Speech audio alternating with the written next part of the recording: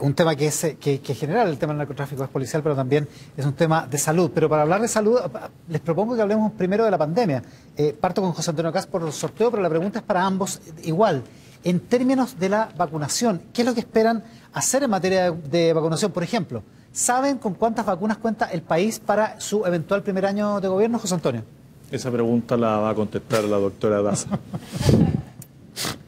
A ver, claramente el equipo de salud con el que contamos hoy día y que encabeza Paula Daza tiene todos esos antecedentes. Yo reconozco que no soy un experto en número de vacunas, sí sé que el plan de vacunación que ha llevado adelante el gobierno es de los más exitosos a nivel mundial y vamos a continuar con eso. Y contamos con la persona que ha tenido la continuidad en el plan de vacunación. Ya, pero no le he dicho exactamente cómo están los planes para el próximo año, para el 2022. A ver, ella siempre dice que se habla en base científica y nosotros tenemos que avanzar en algo que está ahí a puertas, que es la producción de vacunas en Chile. Hay un convenio de la Universidad Católica con las autoridades chinas para poder avanzar. Tenemos que tener dentro de lo que es el Instituto de Salud Pública los mejores profesionales para certificar y tener nosotros una propia producción. Pero Chile ha tenido la garantía de ser un país estable, un país confiable.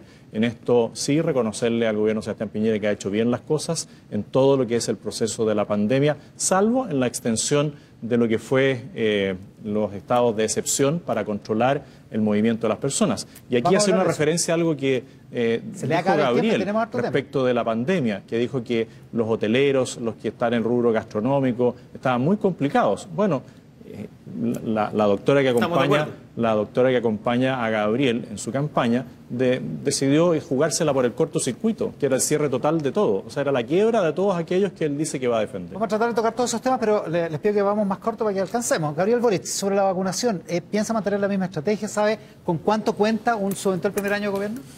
No solo mantener la misma estrategia, profundizarla y ampliarla al resto del sistema de salud.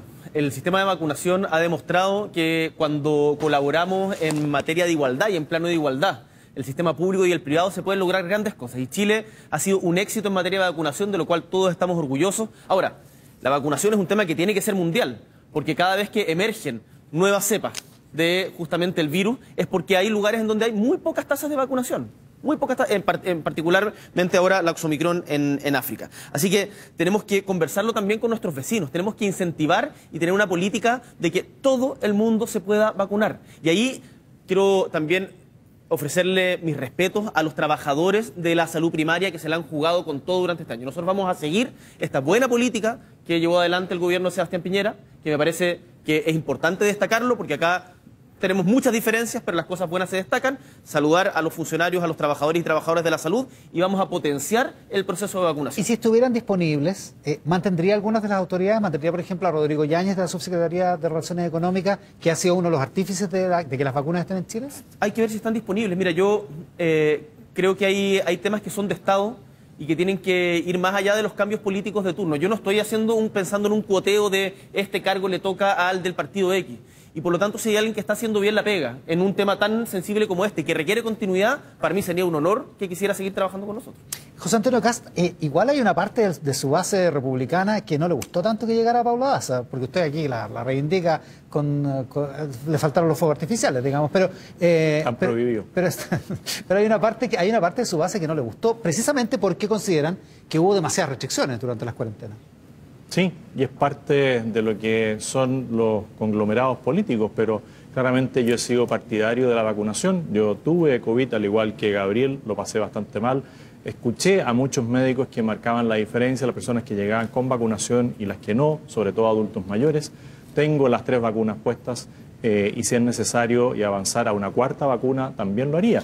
Soy partidario del pase de movilidad mientras tengamos este tipo de pandemia, cosa que no le gusta a muchos de mis partidarios y yo lo tengo claro. Sí, porque Gonzalo Lacarrera dijo el otro día, que es diputado electo republicano, dijo el otro día que estaba dispuesto como a conversarlo y a dejárselo en manos de los locatarios más que de cómo es ahora. Nosotros creemos que aquí hay un bien público y es la autoridad la que tiene que tomar ciertas determinaciones y esto efectivamente a algunas personas no les gusta. Pero nosotros lo que sí vamos a resguardar es la voluntariedad de la vacunación. Lo mencionaba José Antonio Kast, Gabriel Boric, respecto de su jefa de campaña, la doctora Isquia Siches, que desde el Colegio Médico defendió un cambio en la gobernanza respecto de la pandemia. Si usted es presidente, y la doctora Siches es parte de su equipo. ¿Habría que esperar entonces que su gobierno cambiara la gobernanza, es decir, que cambiara las prerrogativas y compartiera las prerrogativas del Ejecutivo con el Colegio Médico, con las universidades, con las asociaciones de expertos y de alguna manera compartiera el poder respecto de las decisiones de un eventual rebrote de la pandemia? Lo bueno que se ha hecho en este gobierno se tiene que mantener. Lo malo o lo que se pueda mejorar, vamos a hacer todos los esfuerzos por mejorarlo. Y en eso yo no tengo ningún problema en decirlo, y Isquia también, con quien he conversado esto, así lo ha planteado. Han habido diferencias en el proceso de gobernanza de la pandemia, y hay cosas que sin lugar a dudas, como el manejo de datos al principio, que se podrían haber hecho mejor, el tema de los ventiladores, y hay varias cosas que se podrían mejorar, pero lo bueno que se ha hecho, desde mi punto de vista, hay que mantenerlo. Ya, pero la doctora Siches piensa que tendría que haber habido un cortocircuito, como mencionaba José Antonio Kast, y que la gobernanza siempre tuvo que haber cambiado, tuvo que haber sido distinta. Digo, la gobernanza que tuvo Sebastián Piñera sobre esto, la manera que tuvo de administrar el poder. Te insisto, Iván, las cosas buenas y que hayan dado resultado y que las evaluemos como positivas, se van a mantener. Y esas decisiones finalmente las toma el presidente. Personal que estuvo a cargo de esta estrategia, estoy pensando en el ministro París, en algunos de los subsecretarios, ¿los mantendría, aparte del de Relaciones Económicas? Yo creo que a los cargos ministeriales tienen que estar comprometidos con un proyecto que vaya más allá de solamente algo sectorial, pero a los cuadros técnicos que han trabajado bien, independiente del partido político del que sean parte, o si son independientes, yo no tendría ningún problema en mantenerlo. Hablemos de cambios en la salud. Me gustaría decir una última cosita, porque José Antonio dice: hemos respaldado, nos dicen que la vacunación es voluntaria, pero quienes no se vacunen no van a poder circular libremente. Hemos respaldado las medidas durante el periodo crítico de la pandemia, pero transformar a Chile en una dictadura sanitaria permanente es inaceptable. José Antonio Kast, ya tenemos la dictadura gay, tenemos la dictadura sanitaria, refiriéndose creo que a Daniel Matamala, hablaba de la dictadura mediática progresista. Entonces, ¿cuántas dictaduras crees y en cuáles no, José Antonio? Todas las dictaduras son malas y la cancelación ideológica es muy también mala. Ya, pero en este caso, ya que estamos hablando de salud, ¿usted cree que efectivamente hubo una dictadura sanitaria?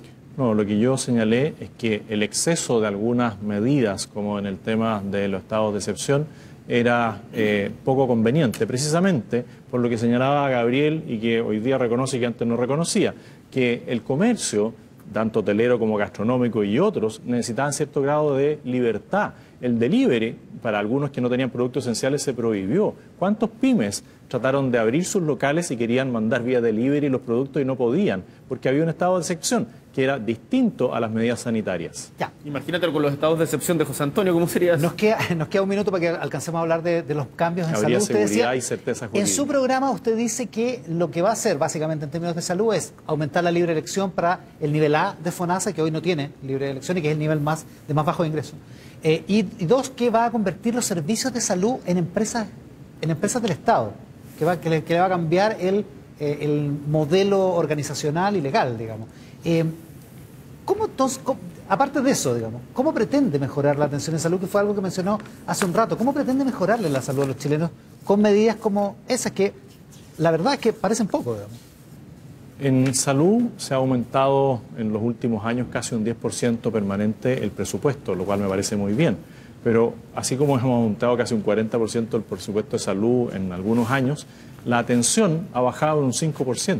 No se condicen las dos cosas. ¿Y qué está fallando? En la gestión y también la modernización. Nosotros hoy día podríamos tener un hospital digital de verdad, que a alguien que esté en un lugar apartado como Viviri se le puede hacer un examen a distancia en la medida que haya digitalización, en la medida que haya conectividad digital, que es lo que nosotros queremos hacer. Por lo tanto, la atención de salud y las listas de esperas, tenemos todo un desarrollo para poder bajarlas saliendo ahora de esta pandemia sanitaria que tenemos. Participación de privados, se nos acaba el tiempo, pero participación de privados en la solución de listas de espera, comprando el Estado esos servicios. Se demostró en la pandemia, y eso es algo de las cosas que valora Gabriel hoy día, es la participación pública y privada.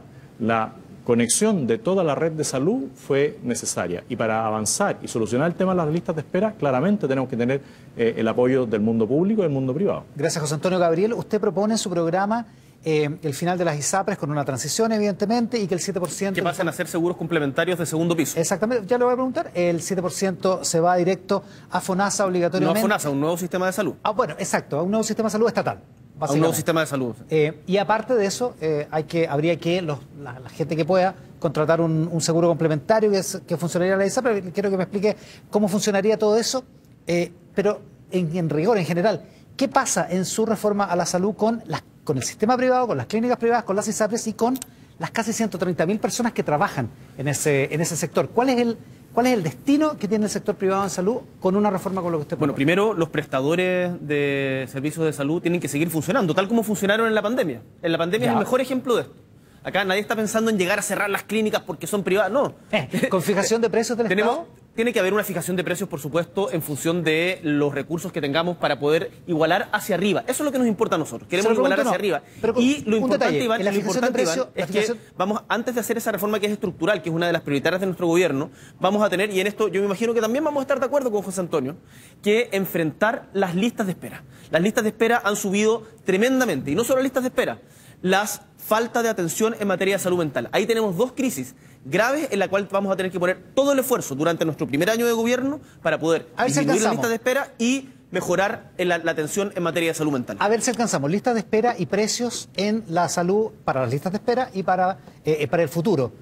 Fijadas por el Estado, ¿de qué manera? ¿Con un ente autónomo, independiente, que fije un precio justo o fijado por el gobierno de acuerdo al presupuesto que tenga? No, tiene que ser un ente autónomo que fije un precio justo. Acá el gobierno tiene que entender de que muchas veces los políticos no tenemos todas las soluciones ni todos los recursos y que por lo tanto hay que recurrir a quienes más saben de estos temas para poder colaborar.